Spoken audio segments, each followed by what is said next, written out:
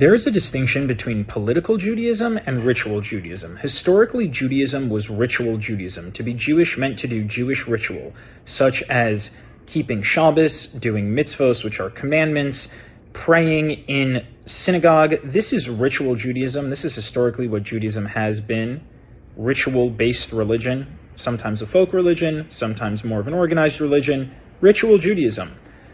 With Zionism, there was the emergence of political Judaism, where Theodor Herzl, who was an anti-Semite, pretty much said that he wanted to get rid of ritual Judaism and instead exchange it for political Judaism and to reconfigure Judaism as a white race that sought membership within the state.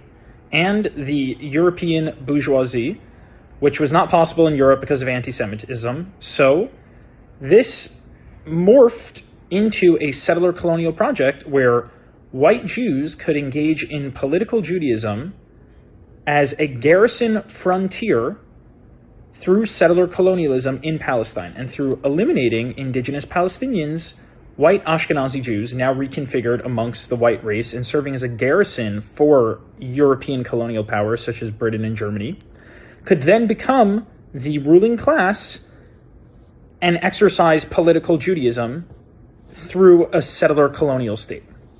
Political Judaism. Very different things. Not a lot of ritual there, not a lot of emphasis on God, prayer, acts of service for God, mitzvos, etc., etc.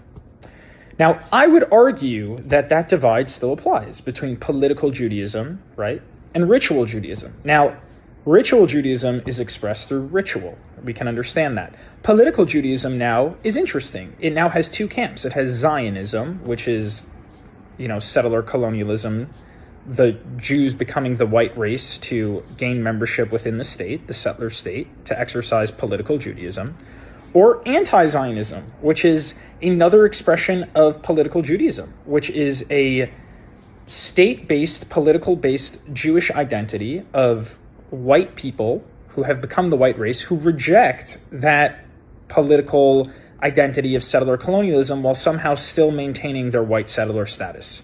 Not just in Palestine, but in the other various settler colonies where political Jews exist.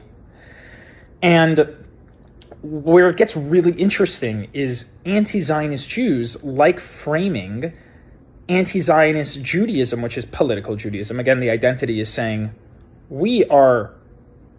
I don't really understand what it is. This is the contradiction. I guess ostensibly it's saying we're anti-settler colonialism or anti-states while somehow defining themselves in relationship to the state and materially being settlers. But okay. What's interesting is anti-Zionist Jews frame political Judaism as ritual Judaism. Let me say it again. Anti-Zionist Jews frame political Judaism, right? Because anti-Zionist Jew, that's a political identity. That you cannot be an anti-Zionist Jew in 1850 in Galicia, in your shtetl in Poland. It's just like, what are we even talking about here? You could have been a Zionist, perhaps, or a proto-Zionist. But anyway, anti-Zionist Jews now, again, which I would say this one bucket of Zionist, anti-Zionist is still political Judaism. They argue that that is ritual Judaism. Somehow anti-Zionist Judaism became ritual. Now, I don't really know what the ritual is. Maybe the ritual is wearing a keffiyeh. That to me sounds like nativism, where all settler colonial societies then become the indigenous population and take their culture and their symbols. That's like how Germans do powwow and they appropriate Native American symbols. Or the American settler colony is massacring people around the world in their Apache helicopters. So, or they're like, I don't know, whatever their appropriated, indigenous warfare names.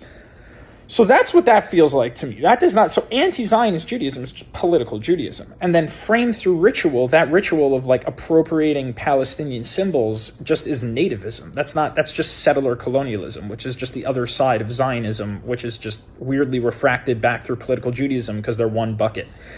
Now, I would argue that there is ritual available for anti-Zionist Jews, but like Jewish ritual. And that Jewish ritual is called tzedakah, which means giving 10% of all of your wealth away. And they can do that through direct aid. That's anti-Zionist Jewish ritual. If you want to be anti-Zionist, that's great. You should do it with your money. You should give 10% of all of your wealth and make that available to one person, not to an org, not to the PA, just anyone. And it doesn't just have to be in Palestine. You can do this in any settler colony that you exist. It can be to new African people. It could be to indigenous people. I don't know where every single Jew lives. I don't know the ins and outs of the web of relations that exists there. But you can just give direct aid to one person. I trust that we can figure that out. Now, 10% is like stuff that's yours. But when stuff is not yours and it's stolen, so you should just give the whole thing back. Like home, stolen homes, just give them back. You just give them right back. This is also Jewish ritual. This is back in biblical Palestine or whatever, a bunch of years ago. A bunch is an understatement. People gave back, like there was a 50-year cycle where they remitted all their debts and they gave back their homes. So again, I'm not advocating for a return to biblical Judaism and slavery, but I think there are kernels of truth that are expressed there, that there are currents of ritual that, we're just not making shit up. Like, this is all there. So, yeah, but the thing that we're not going to do is say that political Judaism is ritual Judaism. That's ridiculous. Anti-Zionist Judaism is just politics. It's just worshiping the state. It's just Zionism, anti-Zionism, both political identities rooted in settler colonialism. So that's just political Judaism. That's just the inversion of Zionism. That is not ritual Judaism. If anti-Zionist Jews wish to perform ritual, they can perform ritual with their money. They can be anti-Zionist with their money, and that means giving back stolen homes and also redistributing 10% of what they have from one settler to one person, either in Palestine or in any of the various settler colonies, Brazil, Mexico, Canada, Australia. I don't know, figure it out relationally. People can figure things out. If people want, they can. There's families at the link in my bio who desperately need help in Palestine. And people can make choices and figure things out. So people know what to do. People understand what to do. It's just a matter of whether they want to do the thing, have desire for it, and then have the courage to execute. And I would argue it's very, very doable.